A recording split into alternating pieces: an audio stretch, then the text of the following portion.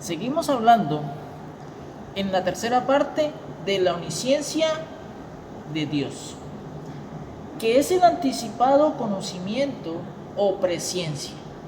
¿Qué hemos aprendido? La omnisciencia de Dios es la capacidad que posee Dios en sentido absoluto de preconocer las cosas y por tanto anticiparlas. Este concepto de presciencia o anticipado conocimiento u omnisciencia cabe y se basa de una manera absoluta y completa en la profecía, donde a través de la palabra encontramos y podemos comprender de que Dios tiene un anticipado conocimiento de ciertas cosas, pero en la profecía. Hay que tener en cuenta de corregir por algunas enseñanzas que en su momento recibimos cuando pastores dicen de que la profecía se aplica en todas las áreas del ser humano, y eso no es así. Hoy llaman profecía cuando te dicen vas a ser sano de tu enfermedad, Dios te va a dar una casa, Dios te va a dar un carro, o decirle Dios te va a dar un buen esposo o te va a dar una buena esposa. E incluso suelen decirte, Dios me muestra que vas a ganar mucho y serás próspero. Y eso no es profecía, eso se llama adivinación, que es la falsa profecía, porque la profecía bíblica, la que está en la palabra y procede de Dios, solamente está ligada al reino de Dios en la restauración y en la recuperación de su reino en la tierra. Toda la profecía ya está en la palabra de Dios. Si la profecía siguiese y no estuviese completo, entonces la Biblia seguiría escribiéndose. Y tendría que haber una carta de aquellos supuestos apóstoles que profetizan engañando al creyente, y no existe eso. Y no existe eso porque sencillamente la profecía tuvo un comienzo desde Génesis capítulo 3 versículo 15 y tiene un final en el libro de Apocalipsis capítulo 22 versículo 20. El que da testimonio de estas cosas dice ciertamente, vengo en breve, amén, sí, ven, Señor Jesús. Ven pronto, tu iglesia te espera, y todo ya está escrito. Sí hay algunas cosas que faltan por cumplirse. Pero Jesús dijo en Mateo capítulo 24, versículo 35, el cielo y la tierra pasarán, pero mis palabras no pasarán. Así que la profecía que Dios no anticipó no pasará, porque Dios es un Dios fiel. Hoy vamos a ver la presciencia, la omnisciencia que Dios tiene en lo que tiene que ver en el plan de recuperación del reino de Dios en la tierra. Lo que tiene que ver en el eje principal de ese propósito que es el Mesías. El Mesías que fue anticipado desde Génesis capítulo 3 versículo 15 hasta la aparición de este al cumplirse en las 70 semanas. Cuando aparece en el río Jordán y un hombre llamado Juan el Bautista o el bautizante lo bautizó. Y Jesús de Nazaret fue engendrado espiritualmente de parte de Dios para cumplir una misión que había sido anticipada, la cual Apocalipsis dice de que vendrá el Rey de Reyes y Señor de los Señores, y quitará la maldad a los malos, destruirá, quitará la gobernación de los hombres y devolverá el reino restaurado a su Padre, para que el Padre sea el Dios de todos y en todo. De ese Mesías se cumpliría cada profecía, una a una, de la cual Dios anticipó. ¿En quién? En el Mesías, en su omnisciencia, presciencia, en su conocimiento anticipado. Génesis capítulo 49, versículo 10, la profecía dice que tenía que nacer de la tribu de Judá. Ese Mesías, hablando de Jesús de Nazaret, tenía que venir de Judá, ser descendiente de Judá. Y en el Evangelio de Mateo capítulo 1 versículos 12 al 16, y en el Evangelio de Lucas capítulo 3 versículos 23 al 33, y en la carta a los Hebreos capítulo 7 versículo 14, deja claro de que cómo Dios anticipó en su presciencia, en su anticipado conocimiento esto. se cumplió al pie de la letra. Es decir, Dios de antemano dijo que se cumpliría al pie de la letra. Diga conmigo, esto se llama omnisciencia.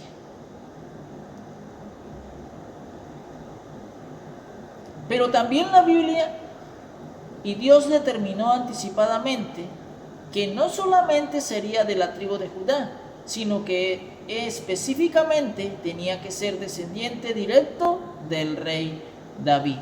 Dos cosas importantes. Número uno, genealógicamente tenía que venir de la tribu de Judá. Y número dos, debía ser descendiente directo del rey David. Por eso a Jesús se le conoce como hijo de David. En cierta ocasión, dos ciegos le dijeron en Mateo capítulo 9, versículo 27, ten misericordia de nosotros, hijo de David. Esto quiere decir de que descendía de David, era familiar de David. Y esta profecía está en el Salmo 132, versículo 11, en el libro profético de Isaías capítulo 9, versículo 7, en el Salmo 11, versículo 1, en el versículo 10, dice que Jesús tenía que ser descendiente de la tribu de David. Esta profecía tiene su cumplimiento y la vemos en Mateo capítulo 1, versículo 1 al 6 hasta el versículo 16. Mateo capítulo 9, versículo 27, Hechos capítulo 13, versículos 22 y 23, y en la carta a los Romanos capítulo 1, versículo 3, y en el capítulo 15, versículo 8 al 12. No solamente Dios en su proyecto de su anticipado conocimiento, no solamente dijo que descendería de la tribu de Judá, sino también debería ser pariente cercano de David, y dijo también que nacería en Belén. Hay algo importante: Dios se permite obrar a favor de su plan de restauración del reino y hacer que las cosas se lleven a cabo, como Él anticipó. ¿Por qué? Porque Dios tiene ese derecho. ¿Dónde vivía María y José? En Nazaret. ¿Qué diferencia hay en Nazaret y Belén? Que cada uno tiene su distrito. La Biblia dice María de Nazaret, Jesús de Nazaret, lo cual quiere decir de que vivían en Nazaret. ¿Dónde quedaba Nazaret? En el distrito de Galilea. ¿Dónde estaba José y María? En Nazaret. ¿Dónde vivían? En Nazaret. Pero debían ir a Belén, que quedaba en el distrito de Judea. José y María vivían en Nazaret, pero la profecía que Dios anticipó decía de que Jesús debía nacer en Belén, que quedaba en el distrito de Judea. ¿Qué hizo Dios para que José y María de Nazaret salieran de Nazaret y tuvieran que ir a Belén? Hizo un censo o empadronamiento, el cual es un conteo de la población. Y en ese entonces, Augusto César, emperador romano, lanzó un edicto que obligaban a todas las personas a ir a su ciudad natal. ¿Cómo hizo Dios para que María y José salieran de Nazaret y fueran a Belén? Por medio de un censo.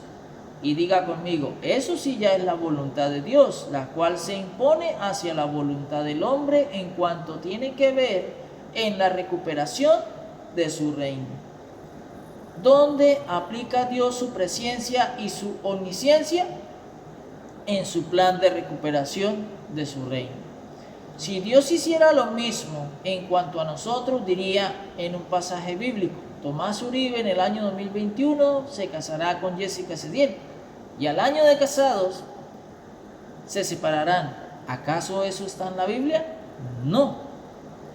Tampoco está en la Biblia. El día martes Junior sufrió un accidente, pero el viernes el pastor Maldonado lo sanará. No, la Biblia no dice eso. Así, si te dicen de que Dios tiene una pareja para ti, no es así. En el plan de Dios, en su propósito, si Dios lo tiene todo controlado, y ahí está la diferencia. En cambio, en la recuperación de su reino, Dios anticipó por la profecía en Miqueas capítulo 5, versículo 2. Dice que el Mesías nacería en Belén. En Lucas capítulo 2, versículo 4 al 11 y en Juan capítulo 7, versículo 42, La Biblia dice de que proféticamente Jesús de Nazaret nació en la ciudad de Belén, en el distrito de Judea. Así dijo Dios y así anticipó Dios de antemano en lo que tiene que ver en la recuperación de su reino. En cuanto el Mesías, descendiente del rey David, y nacería en Belén. 400 años antes dijo Dios de que ese descendiente de David, el cual nació en Belén, tenía que nacer de una mujer virgen. Isaías capítulo 7, versículo 14 dice: por tanto el Señor mismo os dará señal, he aquí que la Virgen concebirá y dará a luz un hijo, y llamará su nombre Emmanuel, el cual quiere decir Dios con nosotros. Dios anticipó de que una mujer virgen concebiría. ¿Sería que dijo que se llamaba María? No, solo dijo una virgen. Dios esperó en el tiempo para hallar a la persona que cumpliría los requisitos en cuanto a sus propósitos. Dios tuvo que esperar en su paciencia, busca la persona y el lugar correcto para cumplir cada una de sus profecías. En Mateo capítulo 1, versículo 18, el nacimiento de Jesucristo fue así. Estando desposada María, su madre, antes que se juntasen, se halló que había concebido del Espíritu Santo. El versículo 19 sigue diciendo: José su marido, como era justo y no quería infamarla, quiso dejarla secretamente.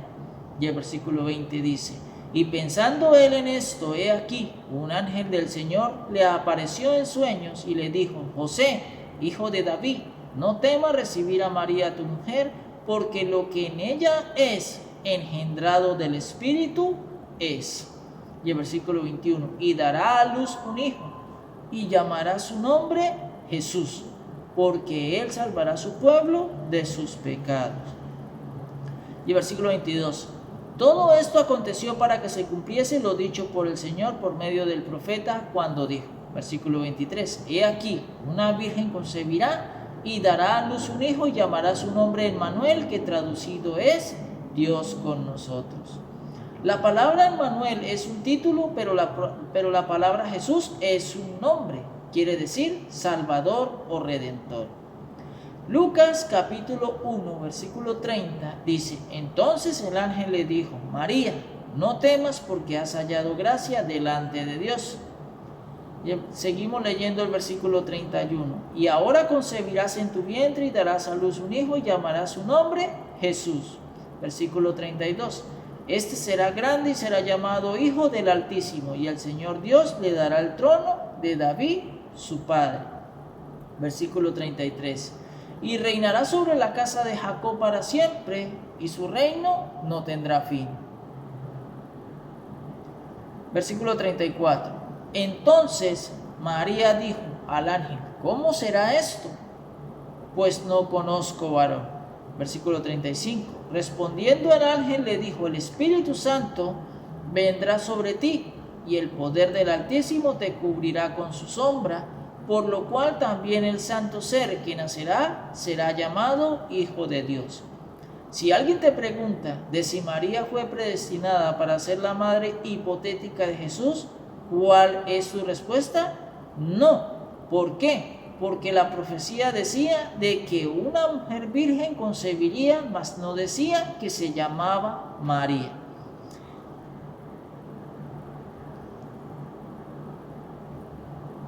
Esto quiere decir de lo que Dios anticipó o predestinó fue lo que iba a suceder más, no en quién iba a ser. La importancia aquí es esta: Dios tiene un plan, Dios sabe lo que necesita, pero todavía no sabe quién puede cumplir las expectativas. Así como tuvo que esperar con Enoc, Noé, hasta que vino Abraham en el año 1948. Transcurrieron hasta el nacimiento de Abraham, 1948 años. Y en el año 2023, cuando Abraham tenía 75 años, salió de su parentela, cuando Dios lo llamó, según Génesis capítulo 12, versículo 4. Y le dijo: tú eres, y le contó Dios todo en cuanto a su plan en la recuperación del reino. Abraham murió sabiendo esto.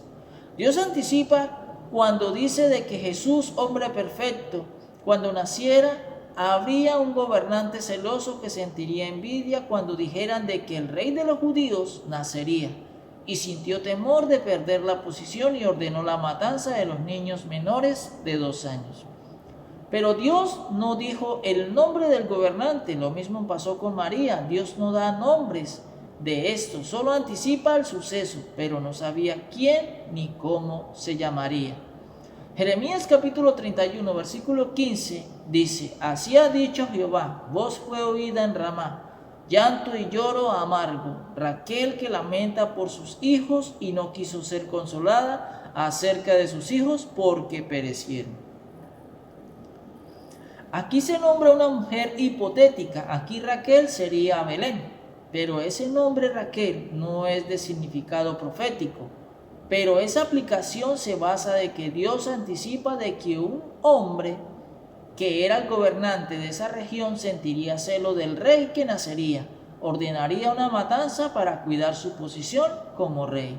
Y en Mateo capítulo 2, versículo 16, dice: Herodes entonces, cuando se vio burlado por los magos, se enojó mucho y mandó a matar todos los niños menores de 2 años que habían en Belén y en todos sus alrededores, conforme al tiempo que había inquirido de los magos.